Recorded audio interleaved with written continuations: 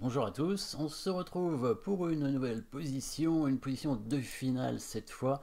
Position assez complexe hein, parce que finalement il faut trouver à la fois les bons coups chez les blancs et chez les noirs parce que on ne sait pas qui va l'emporter dans cette partie. A priori, les blancs qui ont quand même un retard matériel important puisqu'ils ont une tour de moins devraient essayer de faire nul, ce qui est effectivement le cas. Hein, il faut pas il faut éviter de perdre, hein, tout simplement. Mais bah, les noirs, pour faire nul, doivent quand même trouver des bons coups, malgré tout.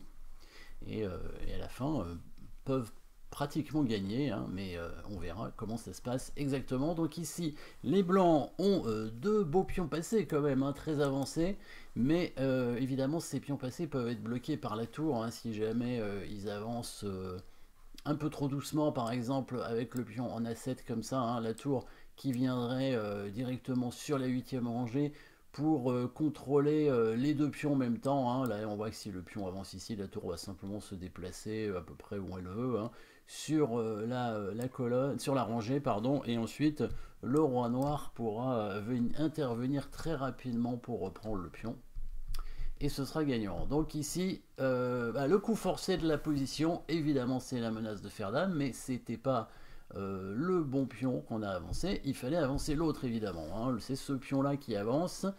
Coup forcé, de toute façon il n'y a pas trop le choix. Hein. Là, sinon les noirs vont prendre le pion et évidemment là on n'a plus aucune chance de faire nul. Par contre ici, bah, les noirs doivent faire attention. Par exemple, s'ils mettent leur tour en F6 pour bloquer le pion, qui a l'air logique, hein, pour éviter que le pion aille là, mais en fait c'est pas bon, parce que le pion blanc, l'autre pion blanc avance en A7, et ce sont cette fois les blancs qui vont gagner, hein, parce que bah, le pion A7 va aller à dame. Parce que si la tour prend le pion, les blancs font dame, et la finale avec dame contre tour et les pions doublés ici, c'est gagnant. Bon après, la partie peut durer encore longtemps, mais normalement elle est gagnante. Et ici, bah, les noirs peuvent pas faire grand chose. Hein. S'ils font échec, le roi blanc va simplement se rapprocher de la tour. Hein. Alors en évitant quand même peut-être la colonne D. Hein. Donc il va se rapprocher, il va se mettre en F4. Et quand la tour va revenir faire échec, le roi va attaquer la tour. Voilà. Et au bout d'un moment, le pion fait dame. Donc les noirs sont malins, bien évidemment, et vont pas attaquer le pion directement, mais ils vont faire ce fameux échec tout de suite. Donc les noirs aussi doivent faire des coups forcés pour éviter de perdre. Donc le bon coup des noirs ici, c'est bien cet échec avec la tour pour essayer de déstabiliser un petit peu le roi blanc. Très important en finale d'ailleurs, hein, très souvent.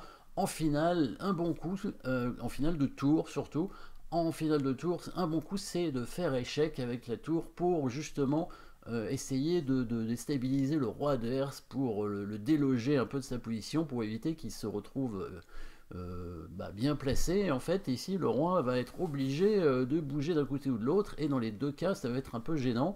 Parce que, alors là, évidemment, s'il va sur la colonne F, bah, il y aura directement la tour qui va faire échec, et on va prendre le pion, hein, bien sûr. S'il vient là, la tour fait échec, il prend le pion, et après, les noirs vont gagner assez facilement. Donc le roi blanc est obligé d'aller de l'autre côté, en s'avançant quand même vers les pions, hein, ou vers la tour, si on veut, pour pouvoir éviter les échecs, bien sûr, et surtout aussi protéger peut-être le pion qui va à dame, hein, parce que bah là, pour l'instant, le roi blanc est assez loin, et même si le roi noir n'est pas dans le carré des pions, il peut se rapprocher assez rapidement, étant donné qu'il y a quand même la tour qui est là pour bloquer les cases.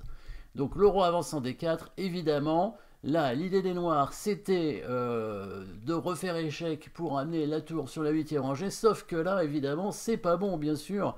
Et oui, parce que qu'est-ce qui se passe si la tour fait échec?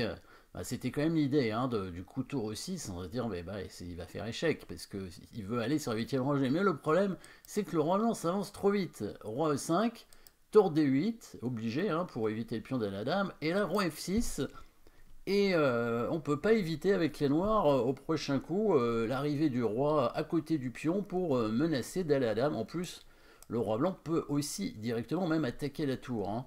Et le problème ici, c'est que la tour noire ne peut pas prendre les deux pions, parce que ce pion-là peut pas être pris. Si on met la tour en A8, le roi blanc va se mettre en G7, et la tour peut pas prendre le pion, enfin si elle peut prendre le pion, mais le pion blanc fait dame évidemment.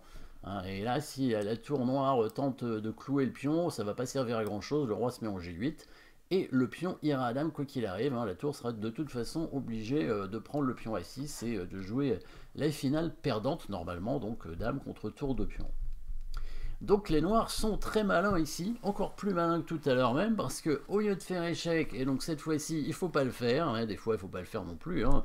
En général c'est bien de le faire, mais il y a des fois c'est pas bon, ça permet tout simplement de faire rapprocher le roi là où il veut aller, hein, puisque le roi blanc lui ce qu'il veut c'est se rapprocher du pion pour venir l'aider à aller à dame. En fait l'idée ici, eh ben, c'est de revenir avec la tour en F6, menaçant de prendre le pion, et donc forçant du coup les blancs à faire quelque chose, à avancer leur pion ici, forcément.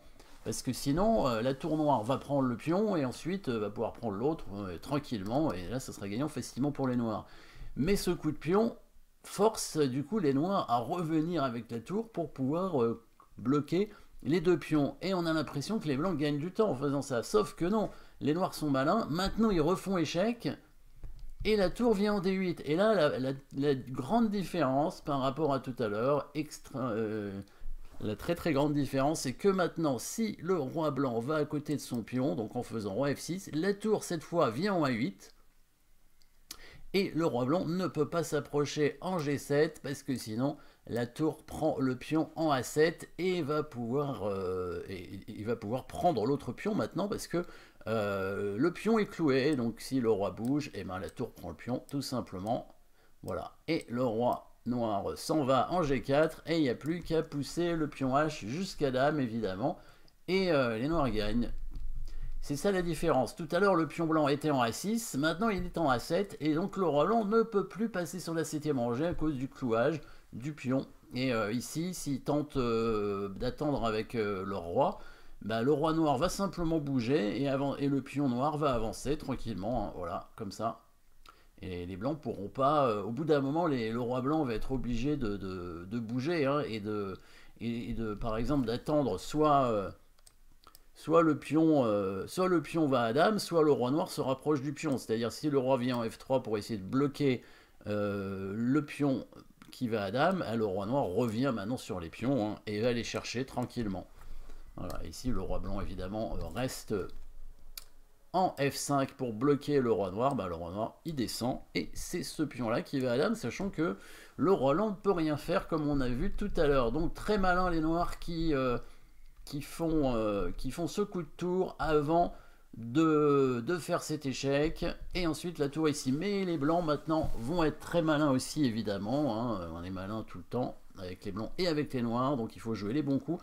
À chaque fois en fait c'est des coups qui nous empêchent de perdre, hein, que ce soit pour les blancs ou pour les noirs, et finalement à la fin ça fait nul, c'est logique.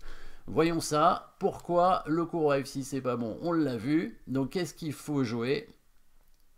Eh ben il faut jouer, en fait il faut trianguler ici avec le roi. Ça c'est un coup assez curieux parce qu'en fait les noirs vont être en zugzwang au bout d'un moment, et donc la triangulation, donc c'est le fait de jouer 3 coups au lieu de 2 avec le roi, ou plutôt 2 coups au lieu d'1 finalement, puisque au lieu d'aller en F6, le roi va passer par la case 6 et ensuite il va aller en F6. C'est ce qu'on appelle la triangulation. Là on forme le triangle, hein, avec le roi blanc. Le roi blanc vient en E6. Du coup, maintenant, si la tour noire vient en A8, et c'est le bon coup, hein, parce que là, le roi noir ne peut pas se rapprocher, étant donné que le roi blanc avance en attaquant la tour et en menaçant de faire dame, et là, ce sont les blancs qui gagnent même. Donc la tour noire, maintenant, est obligée d'aller en A8, hein. De toute façon, c'était ce qu'elle voulait faire, venir en A8 pour attaquer le pion, et empêcher du coup le roi blanc de monter, hein, parce que si le roi blanc monte, évidemment, le pion est pris sur échec, hein, le coup forcé, évidemment, qui permet de gagner. Après, la tour n'a plus qu'à prendre le deuxième pion, le roi s'en va et le pion fait dame. Et là, les blancs ont prévu évidemment le zugzwang avec le coup de roi maintenant en F6. C'est bon, d'où la triangulation, hein, le roi blanc qui perd un temps exprès pour forcer les noirs à jouer. C'est le zugzwang, hein. Les noirs sont en zugzwang ici. Ils peuvent pas prendre le pion, sinon le pion fait dame. Si la tour bouge, maintenant le roi peut s'approcher en G7, et ce sont même les blancs qui vont gagner probablement, hein. Oui, ce sont les blancs qui gagnent, parce que maintenant la tour noire ne peut pas prendre le pion à 7, le pion blanc va aller à dame, et il restera un pion chez les blancs, donc la tour noire va être obligée d'essayer de le prendre Du coup, ici, les noirs sont obligés de jouer un coup droit, forcément. Donc, roi G4 ou roi H4. A priori, le meilleur coup, bon, ça semble être roi G4 parce que euh, bah, il faut dégager peut-être la colonne du pion hein, pour qu'il ait dame. Voilà, peut-être voyez-vous la fin maintenant. Là, on a vu les premiers coups qui étaient compliqués. Maintenant, on voit la fin. Peut-être vous la voyez avec les blancs ici. On va faire nul. Maintenant, on va... Alors, donc finalement, on essaie de ne pas perdre, que ce soit avec les blancs ou avec les noirs à chaque fois.